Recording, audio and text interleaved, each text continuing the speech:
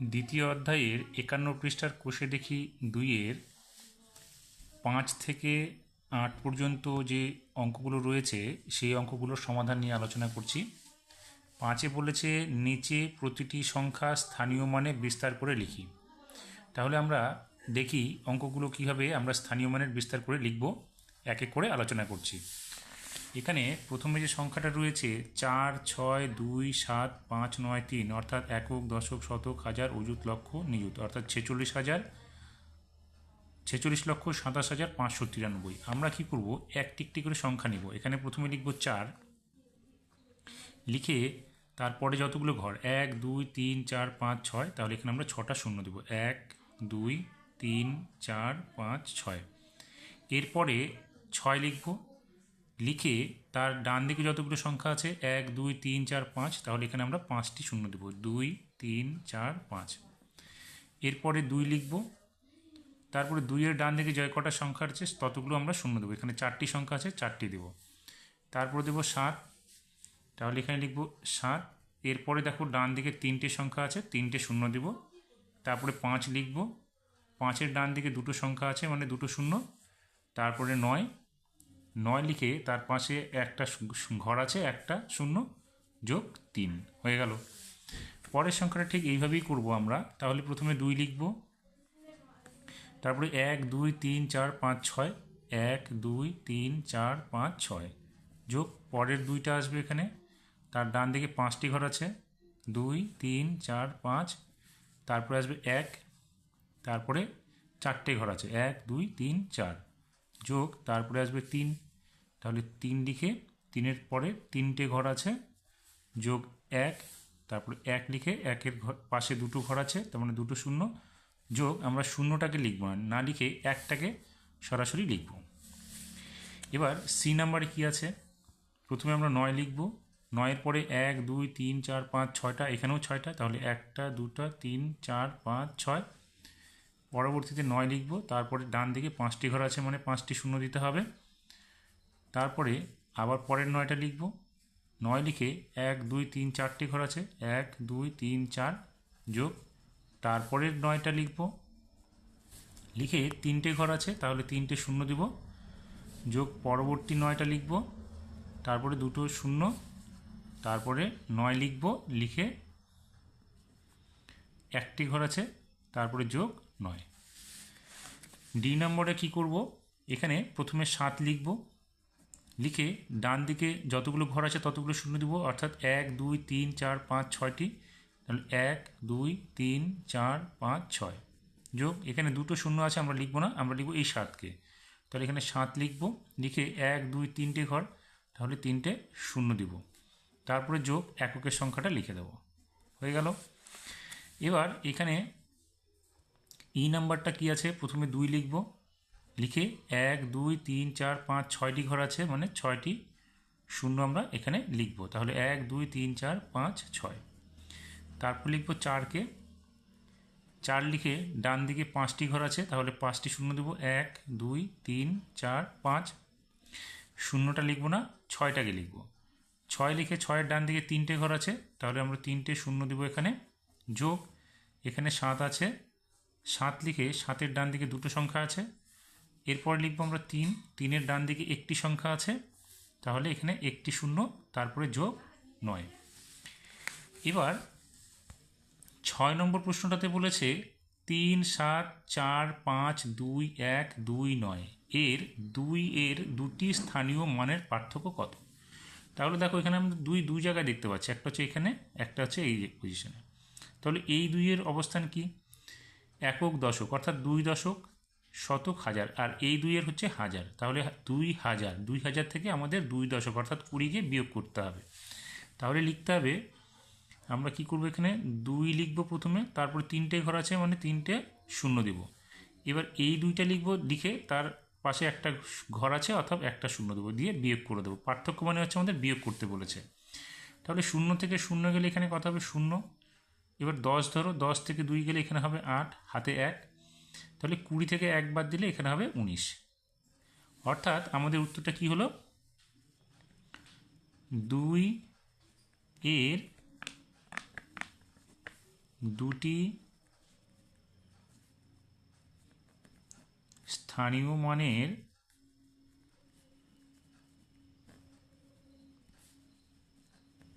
পার্থক্য কত? 1980। পরেরটাতে কি বলেছে? 279461338 সংখ্যাটির 9-এর স্থানীয় মান ও প্রকৃত মানের পার্থক্য। তাহলে আমরা প্রথমে 9-এর স্থানীয় মান লিখব। 9-এর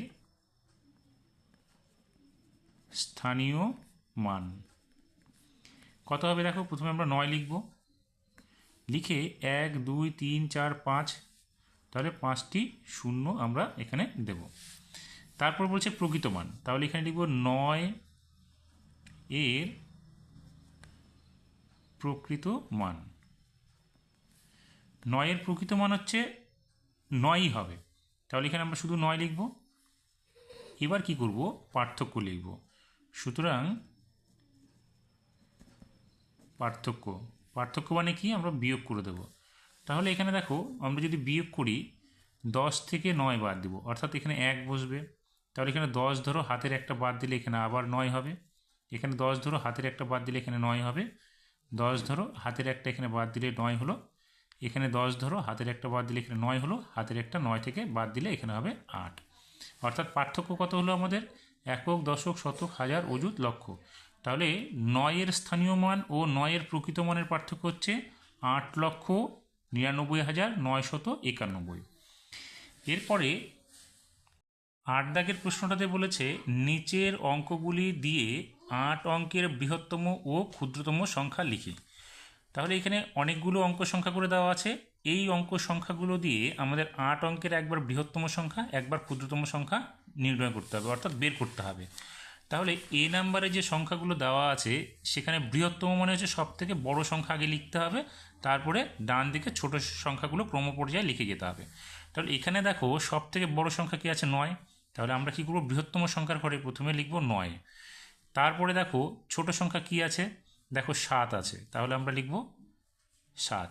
এরপরে 6 আছে দুটো, তাহলে পরপর আমরা দুটো 6 লিখব। এরপরে কি আছে? 5 আছে দুটো, তাহলে আমরা লিখব 5। এরপরে 5 হয়ে যাওয়ার পরে এখানে আছে 3, তারপর আছে 2, তাহলে প্রথমে 3 লিখব, তারপরে 2 লিখব। এই হয়ে গেল আমাদের বৃহত্তম সংখ্যা গঠন। এবার এই অঙ্ক সংখ্যাগুলো দিয়েই ঠিক ক্ষুদ্রতম সংখ্যা আমাদের বের করতে হবে। এবার ক্ষুদ্রতম সংখ্যা বের করতে গেলে আমরা আর এই সংখ্যাটার সঙ্গে দেখব না। আমরা কি করব? এইখানে যে বৃহত্তম সংখ্যাটা তৈরি হলো, সেই বৃহত্তম সংখ্যাটা আমরা ঠিক উল্টো করে লিখব। তাহলে এখানে উল্টো করে লিখলে কি হবে?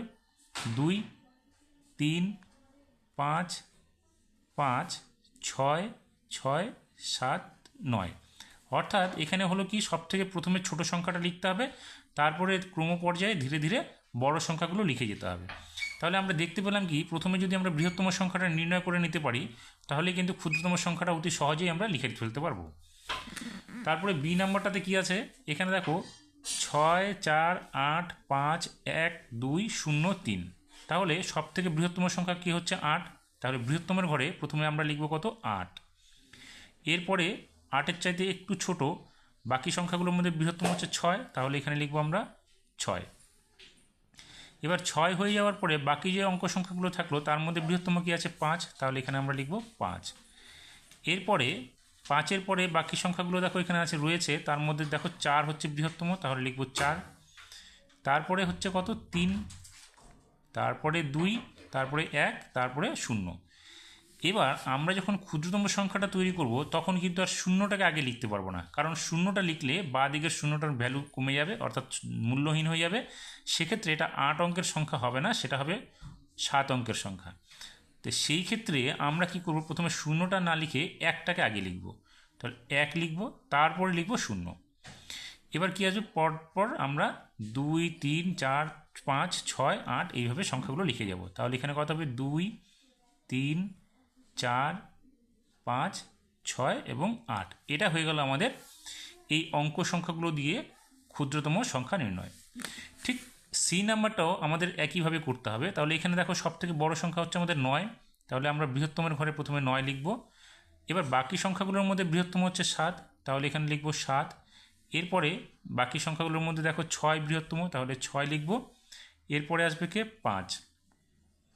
তারপর 5 লিখব, তারপর লিখব 3, তারপর লিখব 2, তারপর লিখব 1 এবং সবার শেষে লিখব 0।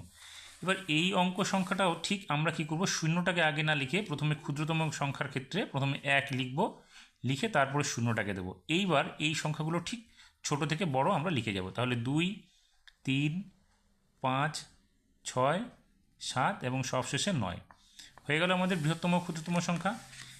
আর বাকি ডি নাম্বারটা যেটা রয়েছে সেখানে দেখো সব থেকে বৃহত্তম সংখ্যা কত আছে আমাদের 9, তাহলে আমরা প্রথমে এখানে লিখব 9, তারপরে দেখো 8, তারপরে 7, তারপরে বাকি যে সংখ্যাগুলো রয়েছে তার মধ্যে রয়েছে 4, তারপরে 3, তারপরে দুটো আমাদের রয়েছে 2, তাহলে আমরা লিখব দুটো 2 এবং একটা 1। এটা হয়ে গেল আমাদের বৃহত্তম অঙ্ক সংখ্যা গঠন। এবার আমাদের ক্ষুদ্রতম অঙ্ক সংখ্যা যখন গঠন করতে যাব তখন আমরা প্রথমে 1 লিখব, কারণ এখানে শূন্য নেই, তাহলে 1, তারপরে দুটো 2 আছে, তারপরে লিখব 3, তারপরে 4, তারপরে 7, তারপরে 8 এবং সবশেষে 9। এই হয়ে গেল আমাদের অঙ্ক সংখ্যাগুলো দিয়ে 8 অঙ্কের বৃহত্তম এবং 8 অঙ্কের ক্ষুদ্রতম সংখ্যা নির্ণয়ের সমস্যা সমাধান। আশা করি সমাধানটি ভালো লেগেছে। ভালো লাগলে অবশ্যই লাইক, শেয়ার, কমেন্টস করবে এবং যারা নতুন তারা অবশ্যই চ্যানেলটিকে সাবস্ক্রাইব করবে এবং বেল আইকনে গিয়ে অল নোটিফিকেশন ক্লিক করবে এই ধরনের সমাধান পাওয়ার জন্য।